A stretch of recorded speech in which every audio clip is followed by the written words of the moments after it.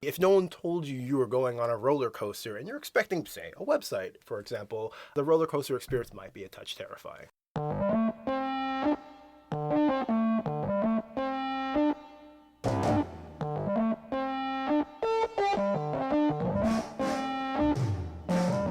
Welcome to Content in Practice. I'm your host, Blaine Kylo. In each episode, I speak with someone about how we do the work of content.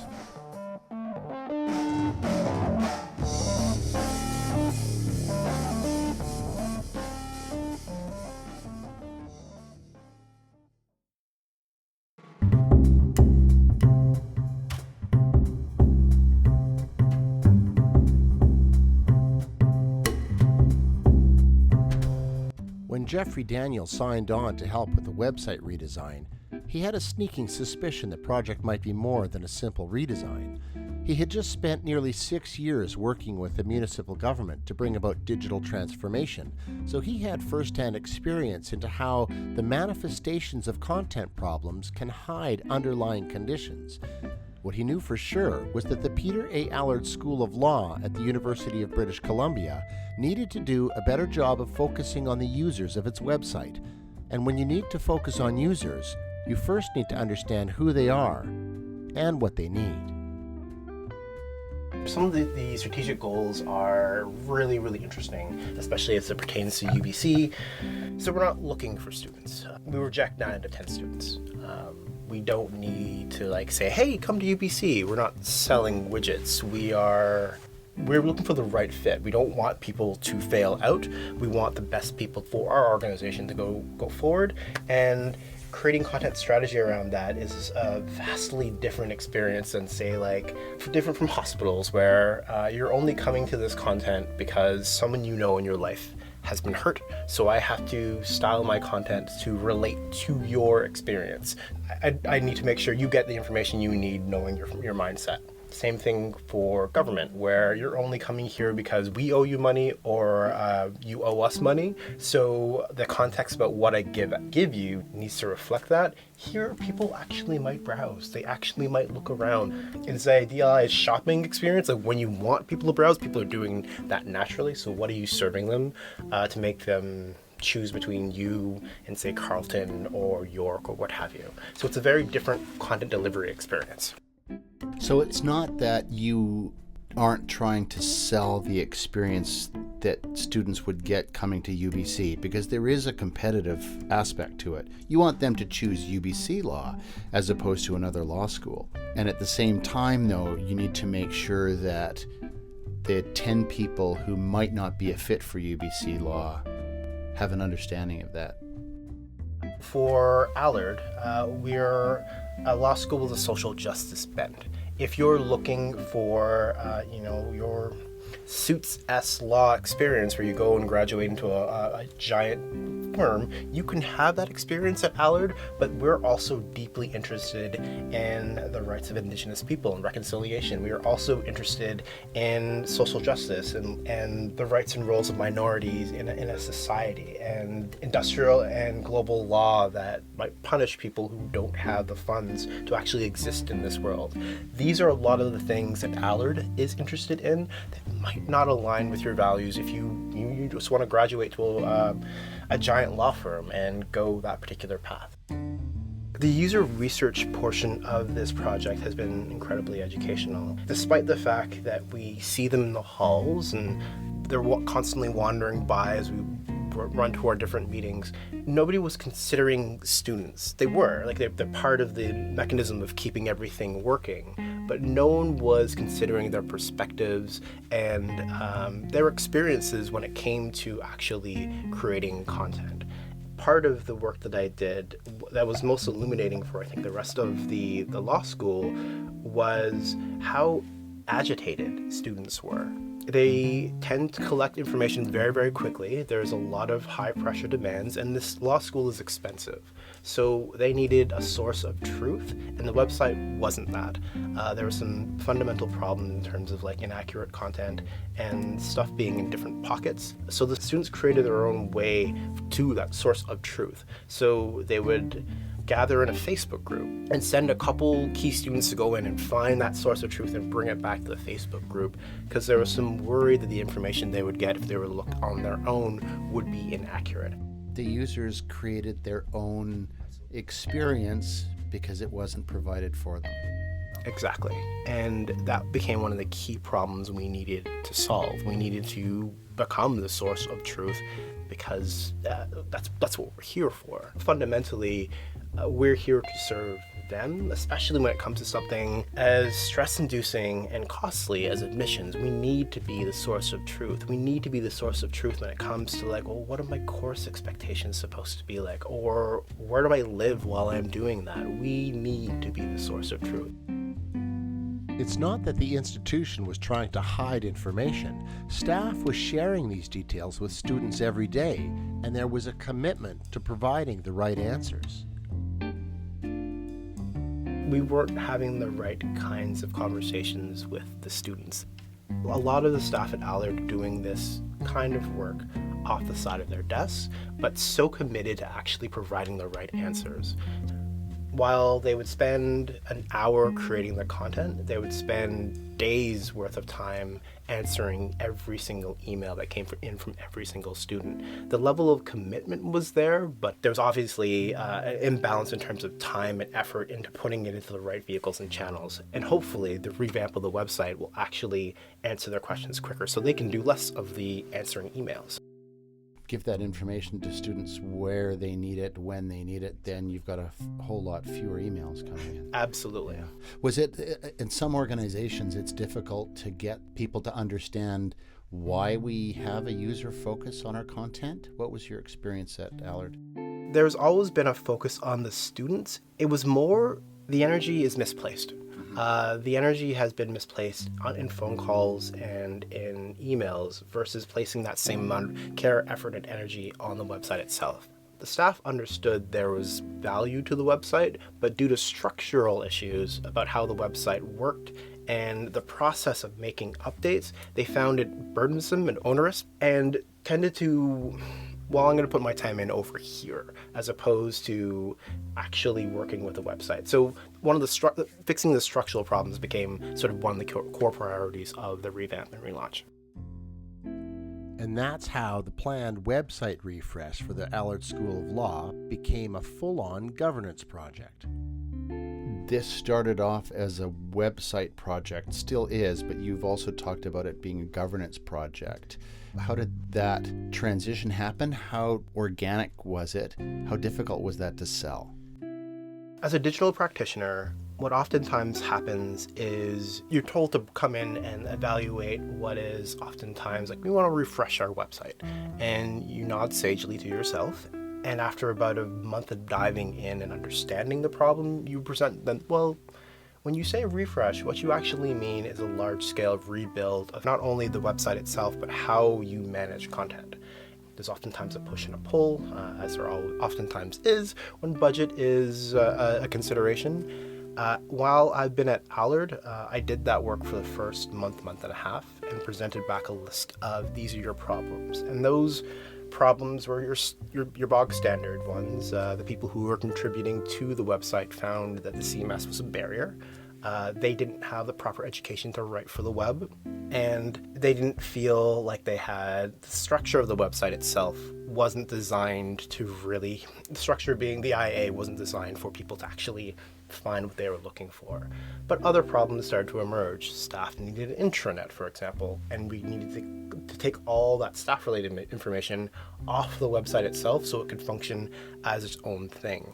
It lacked defined personas, the grab bag of content strategy problems. So when I read this back to my leadership, they said, oh, can you try tackling all this stuff as well? And I was taken aback. So we went to solve what they now saw and then quickly understood as like, these are the things we're here to solve. They had done a rebuild about 2 years ago and found the website fell back into its same place. And that's sort of where the governance piece came in. It was, we can do what you've asked me to do, but it's just going to fall back into the same place unless you have a structure and a framework to support good content generation and people doing that for them. And they accepted it. It was great.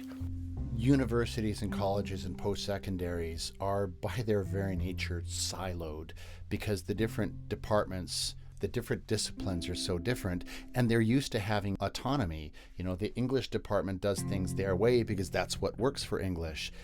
Business does things their way because that's what works over there. But when we're talking about web experiences for a larger institution, this is where we need to start breaking down silos. Has that been something that you've struggled with at Allard, or are they working autonomously? They work well person to person, but digitally there's a gap in the ways in which they actually communicate with each other. There's a lot of trust when a person wanders over to your desk and has a conversation with you, but if they can't reach you, they'll go about doing their own thing. So one of the problems at Allard was I referred to it earlier as sources of truth. Oftentimes you would have the same document appear in different parts of the site because there wasn't a lot of, let's call it digital trust. I'm at admissions. I know that I need these students to fill out these forms. I know the form may exist over here. I really want them to know it's here, so I'm going to put it here. And then you would have version control issues that would plague the entire website. The way we're trying to solve that is introducing the concept of related content. So anytime, if you're on a page about admissions, you can also reference, and if you want to live here, here's your residence options. So I'm hoping through using related content, we will start to bridge that gap. And if Mary's content about what jobs are available to me after I graduate can live in also the admission, how do I get into this law school to begin with? If there can be trust, like, okay, I just need to take this piece and put it in over here, and that's complete, and that will always be the source of truth. I'm hoping to bridge that digital trust issue that sort of permeates throughout the school itself. And so that's getting into content components that you can move around and place wherever you need to. Absolutely. And that's where the taxonomy becomes so critical. So very critical. The other thing is, as an aside, we're starting to talk to faculty about how they define their work. And if I am a second year law student, I may understand the difference between taxation law and its various ways in which it can impact my learning, but I may need some help understanding or breaking down criminal law. So we're working with faculty to use plain language terms for the work that they do, something that a layperson might understand, or something that a person who was sticking their toe into understanding the law would be able to understand themselves and sort of comprehend as a way of better explaining what the faculty does and why it's so important. That said, you have a unique audience that you're talking to here, and so you're not going to have the same sort of content standards that a website for new parents is going to have, where they've got reading levels that are very simple and very plain. You've got different standards.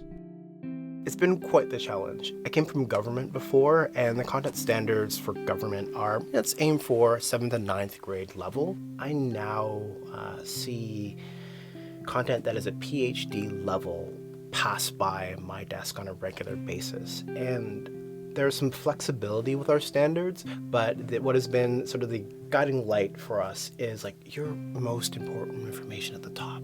Stuff, everything else, the deep dive, feel free to have that, but give people what they need and just in your first paragraph, and then it's not that I don't care, but I care less about what follows it. And that in and of itself has been a guide that faculty have first sort of balked at, but now I was like, I get it. If I'm just trying to decide what law school I am going to, this makes perfect sense to me. One of the other personas we are aiming at is visiting professors, people who might come to work here and want to know what their colleagues are doing, but they are comfortable reading to the bottom of what I have to say. So we have satisfied both of those personas by structuring our content in a way that allows the most important information to be at the top. Yeah. Another way that higher education content projects differ from others is that people in academic environments tend to be more respectful of the role of the expert and may recognize their own limitations. That can make them more willing to take the advice of someone who is an expert in something they are not. In my experience, there has been a very good sort of give and take between I understand you are the expert of this thing, teach me about this thing. One of the most gratifying moments of my career was my boss, a highly educated individual, been at some of the most prestigious schools across the country and in the States as well, was presenting to his peers in the faculty, speaking about how taxonomies and related content work. He painted a picture, he took us on a bit of a tour, but he painted a picture of being on a roller coaster.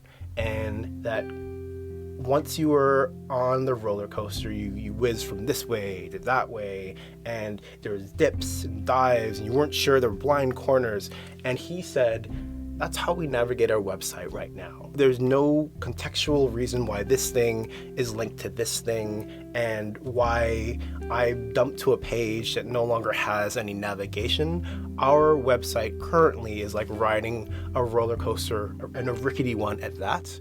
And what we wanted to do through using taxonomies and related content was to give a smooth, consistent experience closer to riding the bus, where you know what your next stop is and you have context about, like, I've taken these many stops, so I'll be here in this amount of time. As exciting as the roller coaster experience can be, if your job is to try and get information to help you make decisions, you don't want to be on a roller coaster. Certainly. And if no one told you were going on a roller coaster and you're expecting, say, a website, for example, the roller coaster experience might be a touch terrifying.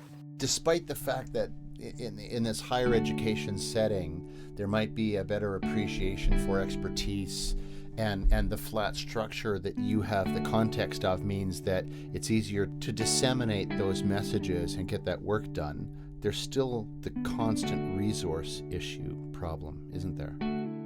There absolutely is.